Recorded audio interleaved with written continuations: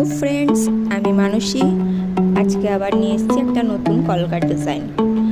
তোমরা সবাই কেমন আছো আমাকে কমেন্ট করে জানিও। কিন্তু আজকে যে কলকাটা করছি এটা একটা খুবই সিম্পল, তোমরা যে কেউ এটা ট্রাই করবে দেখবে হয়ে যাবে। আমি কিন্তু কোনো ফেব্রিক কালার বা অ্যাক্রিলিক কালার দিয়ে করি না, আমি এটা খড়ি মাটি দিয়ে করেছি। তার জন্য একটুখানি কালারটা প্রথমে হালকা লাগছে, তারপরে যখন শুকিয়ে যাচ্ছে তখন কিন্তু ডিপ হয়ে কালারটা ফুটে উঠছে। আর গরমে কালারটা শুকাতেও বেশিক্ষণ সময় লাগছে না, যেহেতু খড়ি মাটি। তো দেখে তোমরা সবাই ট্রাই করো, করে আমাকে জানিও। আর তোমরা কে কোথা থেকে ভিডিওটা দেখছো সেটা আমাকে কমেন্ট করে জানিও। আর সেখানে এই গরমে কত ডিগ্রি